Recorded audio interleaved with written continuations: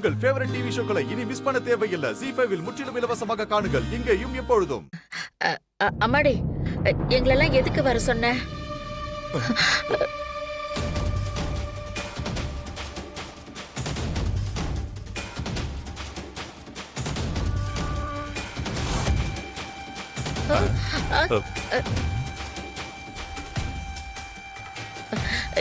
என்ன ஜார்ஜினியா இது? அதானே, என்னது இது? ஏற்கனவே இந்த வீட்டுல என்ன நடக்குதுன்னு ஒண்ணுமே புரிய மாட்டேங்குது. அந்த பொண்ணை பார்க்க போன ராணியை இன்னும் காணும். அந்த பொண்ணை நீங்க ஏதாவது பண்ணுவீங்கன்னு சொன்னீங்க. இது வரைக்கும் பண்ணீங்களா இல்லையான்னு தெரியல. ஆமா, அவ இருக்காளா இல்ல செத்துட்டாளா? அக்கா, பொம்மையோட உயிர் இருக்கிற அந்த மீனை சாகடிச்சிட்டேன்னு சொன்னீங்க. இப்ப திரும்பவும் கையில இந்த மீன் எப்படிக்கா வந்தது? இப்படி தொடர்ந்து கேள்வி கேட்டுட்டே போனா எப்படி? கொஞ்சம் கேப் விட்டாதானே பதில் சொல்ல முடியும். பேசாம இருங்க. ராணி கிட்ட அந்த ஹிட்டி பொண்ணு மாதிரி பேசி அவளை என் மாய இடத்துக்கு வர வச்சு அவளை அடைச்சி வச்சு அதுல நாகப்பாம்பு விஷம் கலந்த காத்தா அனுப்பியிருக்கேன். அத அவ சுவாசிச்சு செத்து போயிடுவா.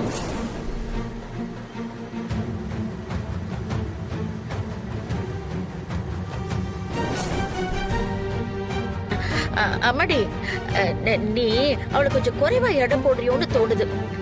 அவளாவது சாகிறதாவது அவ எப்படியாவது தப்பிச்சு வந்துருவா. அவளை பத்தி உனக்கு இன்னும் சரியா தெரியல.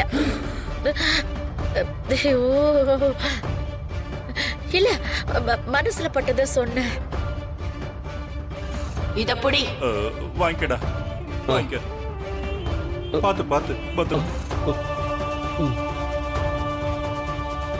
அவளால தப்பிக்கவே முடியாது. அந்த விஷ புகையில இருந்து அவ தப்பிச்சாலும் அதுக்கப்புறம் அவளுக்கு ரொம்ப பெரிய பிரச்சனை இருக்கு. அந்த இடம் முழுக்க முழுக்க கொஞ்சம் கொஞ்சமா பனி அதிகமாகி ரூமே அப்படியே ஐஸ் கட்டி மாதிரி உறைஞ்சி போயிடும்.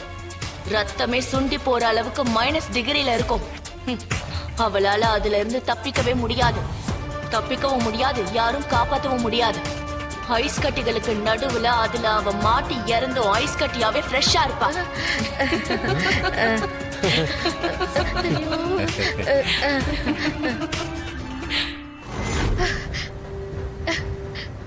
ஐயோ, என்னது? எனக்கு குளிர்ல நடுங்குதே. ஐயோ கடவுளே. ஐயோ,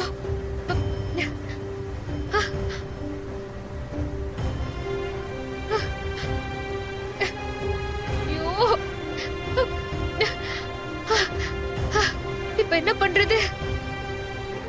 ஐயோ, இது உள்ளார இருந்து எப்படி வெளில போறதுன்னு தெரியலையே. கடவுளே, நீதான் காப்பாத்தணும். நீ சொல்றத கேட்கறதுக்குலாம் நல்ல குளு குளுன்னு தான் இருக்கு. ஆனா அவ சாகிறத கண்ணால பார்க்க முடியலையே. அதுதான் கொஞ்சம் வருத்தமா இருக்கு. ZEE5 ஆப்பை டவுன்லோட் செய்து அனைத்து எபிசோடுகளையும் இலவசமாக பாருங்க.